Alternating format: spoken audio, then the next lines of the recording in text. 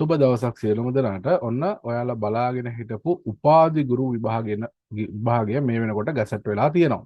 Right. එතකොට අපි gazette පත්‍රය ගත්තොත් මුලින්ම අපි ගමු දැනට රාජ්‍ය සේවයේ නියුතු උපාධිධාරීන් සඳහා වන ගැසට් පත්‍රය. රයිට්. මේක අපි එක්ස්ප්ලේන් කරගෙන යමු. එතකොට මේකේ තියෙන විදිහට ඔයාට කොහොමද අයදුම් කරන්න පුළුවන් කියලා ලොකු අවබෝධයක් ගන්න පුළුවන්.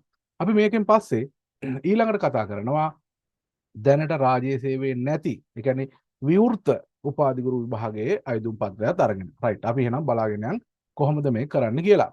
දිවෙනේ ජාතික හා පළාත් පාසල් වල පවතින සිංහල දෙමළ හා ඉංග්‍රීසි මාධ්‍ය පුරප්පාඩු සඳහා රාජ්‍ය සේවයේ නියුතු උපාධිධාරීන් ශ්‍රී ලංකා ගුරු සේවයට බඳවා ගැනීමේ තරඟ විභාගය 20යි 23 20යි 26. ඇයි මේ 20යි 23 තියෙන්නේ කියලා අපි ඉස්සරහට බලමු. රයිට්. එහෙනම් මේකේ වැදගත්ම දේ මේක අයදුම් පත්‍රය අපිට යොමු කරන්න තියෙන්නේ ඔන්ලයින්. හරි. එතකොට මේක අයදුම් පත්‍ර කැඳවන්න ගන්නේ 20යි 26 පෙබරවාරි 5 උදේ 9 ඉඳලා 20යි 26 පෙබරවාරි 19 පස්වරු 9 දක්වා පමණි. එතකොට දැනට රාජ්‍ය සේවයේ නියුතු අයට පෙබරවාරි 5 ඉඳලා පෙබරවාරි 19 වෙනකන් මේකට අයදුම් පත්‍ර යොමු කරන්න පුළුවන්. රයිට්. අපි කියවගෙන ඉදිරියට යන්. සටහන 1. නිලධාරීන් අයදුම්පත් පතේ පිටපතක් තම පෞද්ගලික ලිපිගොනුවට ඇතුළත් කිරීම සඳහා ආයතන ප්‍රධානීන් වෙත බාර දිය යුතු අතර. ඒ කියන්නේ මොකද්ද? ඔයා රාජ්‍ය සේවයේ නියුතු නිසා ඔයාගේ පෞද්ගලික ලිපිගොනුවට පර්සනල් ෆයිල් එකට ඔයාගේ අයදුම් පත්‍රයේ පිටපතක් දාන්න ඕනේ ආයතන ප්‍රධානියාගේ අනුමැතිය සහිතව. රයිට්. සම්මුඛ පරීක්ෂා සඳහා කැඳවනු ලබන අවස්ථාවේදී ආයතන ප්‍රධානී විසින් සහතික කර අයදුම් පතේ පිටපතක් සහ සේවයේ සනාථ කිරීමේ ලිපියක් ඉදිරිපත් කළ යුතුය. ඔයා ඉන්ටර්විව් එකට යද්දී ඔයාට සේවයේ ඉන්නවා කියලා සනාථ කරපු ලියුමක් ඔයා ගෙනියන්න ඕනේ. අයදුම්පත් ඉදිරිපත් කිරීම අවසාන දිනේ දක්වා ප්‍රමාද කිරීමෙන් ඇතිවන ඕනෑම අහිතකර තත්ත්වයක් අයදුම්කරු විසින් විසඳාගත යුතුයි. ඒ කියන්නේ අවසානයේ සිග්නල් නැහැ, දාගන්න බැරි වුණා. ඒවා මේවා කතන්දර එපා. ඔයා දැම්ම මේකට අයදුම් කරන්න, විශේෂයෙන්ම අයදුම් කරන්න කලින් ගැසට් එක කීප වතාවක් කියවන්න. සමහර තැන් ඔයාලට සංකීර්ණයි වගේ තේරෙයි. ඒ නිසා ඔයා කීප වතාවක් කියවලා නිදහසේ හදිස්සිය කියනවත් මේක ඇප්ලයි කරන්න එපා. නිදහසේ ඇප්ලයි කරන්න. රයිට්. සටහන 2. අංක 23යි 17 දරන 20යි 23 1යි 27 දිනති ගැසට් පත්‍රයේ දිවෙනේ ජාතික පාසල් හා පළාත් පාසල් වල පවතින සිංහල දෙමළ හා ඉංග්‍රීසි මාධ්‍ය ගුරු පුරපාඩු සඳහා රජයේ සේවයේ නියුතු උපාධිධාරීන් ශ්‍රී ලංකා ගුරු සේවයට බඳවා ගැනීමේ තරඟ විභාගය. රයිට්. මේ 20යි 23 1යි 27 ආපු ගැසට් එක ගැන කියන්නේ. 20යි 23 මෙයින් පාල කරන ලද ගැසට් නිවේදනයට අනුව ඔබ 20යි 23 2යි 10 දිනට ප්‍රථම මාර්ගගත ක්‍රමයේ ඔස්සේ අයදුම් කර ඇති අයෙකු නම් කියන්නේ 2023 ගැසට් එකට අයදුම් කරා නම් ඒ විභාගයේ තිබ්බේ නැහැ. ඒක කරා නම් ඔබ විසින් මෙම අවස්ථාවේ යොමු කරන ලද අයදුම් පත මෙම ගැසට් නිවේදනයේ ප්‍රකාරව යොමු කරන ලද අයදුම් පතක් ලෙස සලකා. ඔයා ඒ වෙලාවේ යොමු කරා නම් ආයෙ නැවත යොමු කරන්න ඕනේ නැහැ. ඒක මේ දැන් අද දැම්ම කියලා හිතලා සලකනවලු. රයිට්. ඒක තමයි කියන්නේ. එහෙම සලකා කටයුතු කරන බැවින් නැවත අයදුම් කිරීමට අවශ්‍ය නොවන අතර මෙම ගැසට් නිවේදනයේ සටහන් හා සැලකිය යුතු කරුණු කෙරෙහි අවධානය යොමු කර කටයුතු කළ යුතුය. රයිට්. සැලකිය යුතුයි.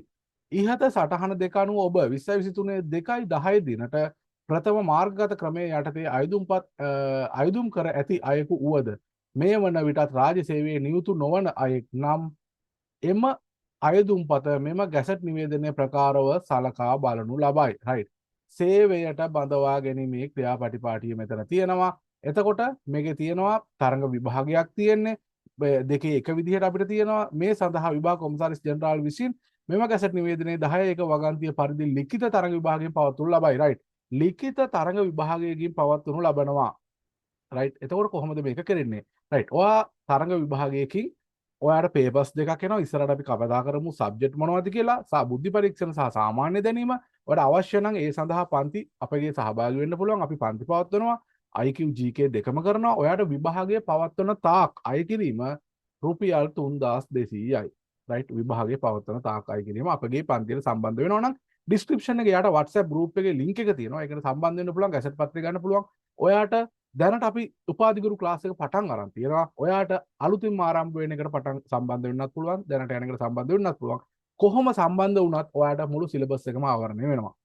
ඒ වගේම පරණ කරපු රෙකෝඩින් සියල්ල පේපර් සමගම විභාගයේ පවත්වන තාක් ඔයාට අන්ලිමිටඩ් රයිට් ඔයාගේ පෞද්ගලික ඩේටා කැපෙන්නේ නැතුව YouTube data වලින් රයිට් ඔයාට ඔයාගේ අන්ලිමිටඩ් බැලීමේ හැකියාව තියෙනවා. රයිට් එතකොට ඔයාට රුපියල් 3200යි මුළු ක්ලාස් සඳහාම බුද්ධි පරීක්ෂණයේ GK දෙකටම පරණ රෙකෝඩින් උත් ඔයාට බලන්න පුළුවන්. රයිට් ඒ විස්තර ඔක්කොම පල්ලෙහාට ඩිස්ක්‍රිප්ෂන් එකේ ගිහලා group එකෙන් ඔයාලට ගන්න පුළුවන්. රයිට් මේක කියන්නේ මොකද්ද? ලිඛිත තරඟ විභාගයේ සියලුම ප්‍රශ්න වලට පෙනී සිට එක් ප්‍රශ්න පත්‍රයේ ලකුණු 140ක අවම ලකුණක්. ප්‍රශ්න පත්‍රයේ අනිවාර්යෙන් ඔයා 140ක් තියෙන්න ඕන. ලබා ගන්න ආයුධම් කරුවන් මුළු ලකුණු එකතුවේ ප්‍රමුඛතා අනුපිළිවෙලට අදාළ පුරප්පාඩු සංඛ්‍යාව මෙන් දෙගුණයකට සමාන ප්‍රමාණයක් ගැසට් නිවේදනයේ 10.2 වගන්තිය පරිදි සාමාන්‍ය සම්මුඛ පරීක්ෂණයට කැඳවනු ලබයි. ගන්න වගේ දෙගුණයක් සම්මුඛ පරීක්ෂණයට ගන්නවා. ඒකෙන් තමයි දෙකෙන් එකක් ගන්න ඊට පස්සේ. සාමාන්‍ය සම්මුඛ පරීක්ෂණ සඳහා සුදුසුකම් ලැබූ අපේක්ෂකයන්ගේ නාම ලේඛනය අධ්‍යාපන උසස් අධ්‍යාපන සහ වෘත්තීය අධ්‍යාපන අමාත්‍යාංශයේ නිල වෙබ් අඩවියේ පළ කරනු ලැබේ. සුදුසුකම් සපුරා නොමැති ආයුධම්කරුවන් සාමාන්‍ය සම්මුඛ පරීක්ෂණයේදී ප්‍රතිඵල ප්‍රතික්ෂේප කරනු ලැබේ. රයිට්. ඒක ඒ විදිහට කියනවා. ඊළඟට බලමු. ඊළඟට හරි. ඔයාලා ඊළඟට විශේෂයෙන් කියන්න ඕනේ මෙන්න මේ සටහන තුන බලන්න. එකම පාසලක මනාප පළ කර ඇති අයදුම් කරුවන් කීප දෙනෙකු සමාන ලකුණු ලබා තිබෙන අවස්ථාවක දී පාසල් සඳහා ස්ථානගත කිරීම සම්බන්ධයෙන් අධ්‍යාපන අමාත්‍යාංශයේ ලේකම් විසින් අදාළ පළාත් සභා සේවා කොමිෂන් සභාව විසින් තීරණය කරනු ලැබේ. රයිට්. ඒක තීරණය කරන්නේ අධ්‍යාපන අමාත්‍යාංශයේ ලේකම් හෝ අදාළ පළාත් රාජ්‍ය සේවා කොමිෂන් සභාව විසින්.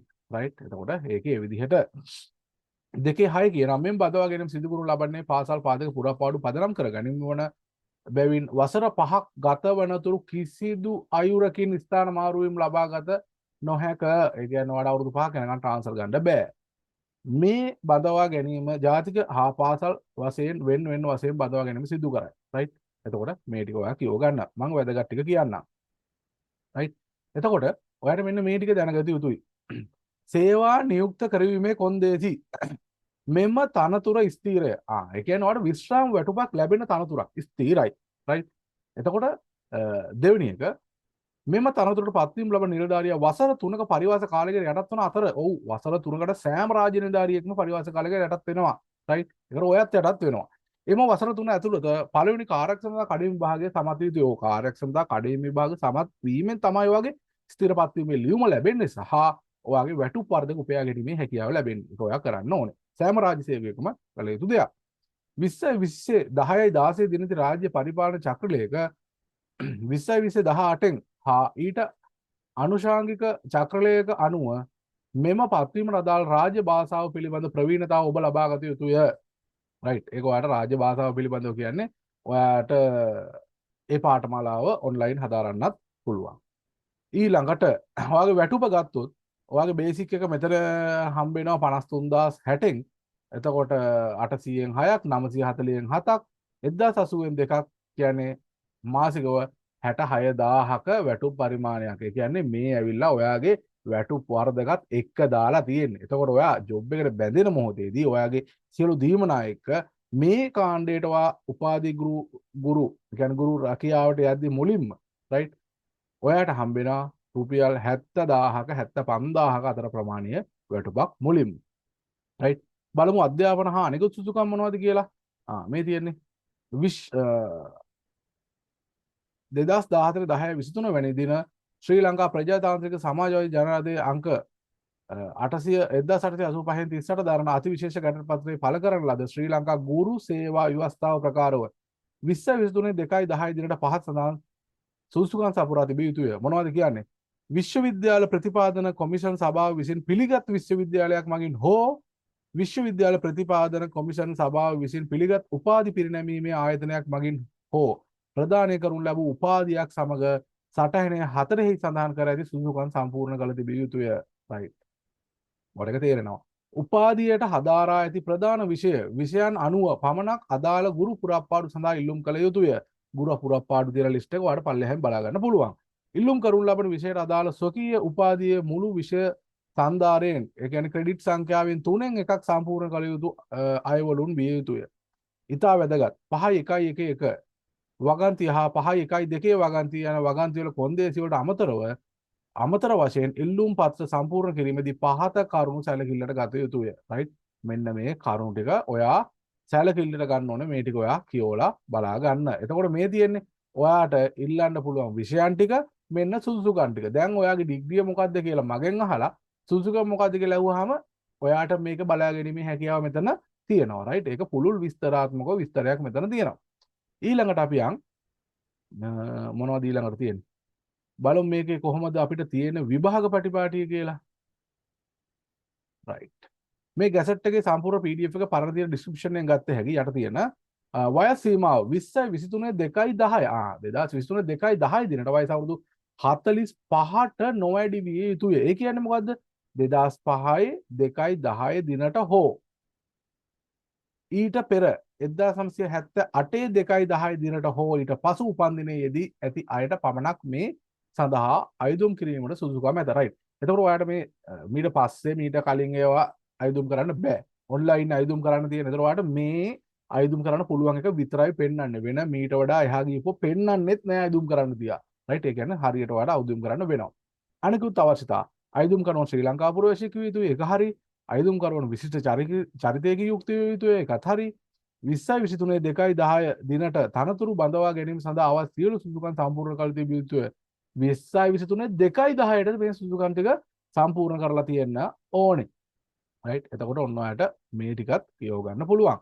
මේ තියෙන්නේ මාර්ගගත ඔස්සේ තමයි මෙන්න මේක අයදුම්පත යොමු කරන්න තියෙන්නේ. හරියට කියවලා හරියට බලලා මේක යොමු කරගත්තේ නැත්නම් ඔයාට වරදින් ඉඩ තියෙනවා. ඒ කියන්නේ ඊටාම පරිස්සමින් රයිට්. ඊටාම පරිස්සමින් අයදුම් කරන ඒවා සියල්ලම රයිට්.